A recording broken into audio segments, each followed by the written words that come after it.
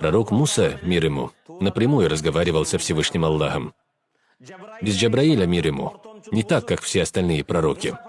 Пророк Муса, мир ему, однажды спросил Аллаха о следующем: «О Аллах, Ты удостоил меня чести общаться с Тобой напрямую. Даровал ли Ты такую возможность еще какому-то человеку?» В Коране на этот вопрос ответ Всевышнего таков: «Эй, Муса, я выбрал тебя пророком среди людей и сделал так, чтобы ты мог со мной общаться.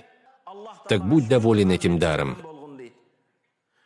Тогда пророк Муса, мир ему, спросил Аллаха о следующем: «О Аллах, Ты удостоил меня чести общаться с Тобой напрямую. Даровал ли Ты такую возможность еще какому-то человеку?»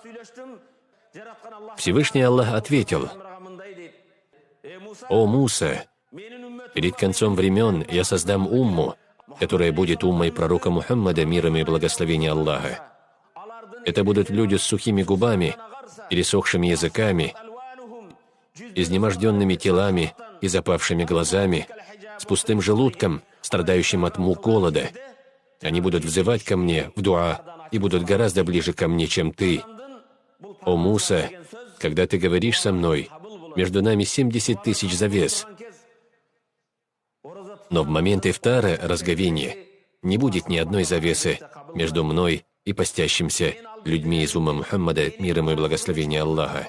О Муса, я ручаюсь за то, что во время ифтара я не отвергну дуа ни одного постящегося человека.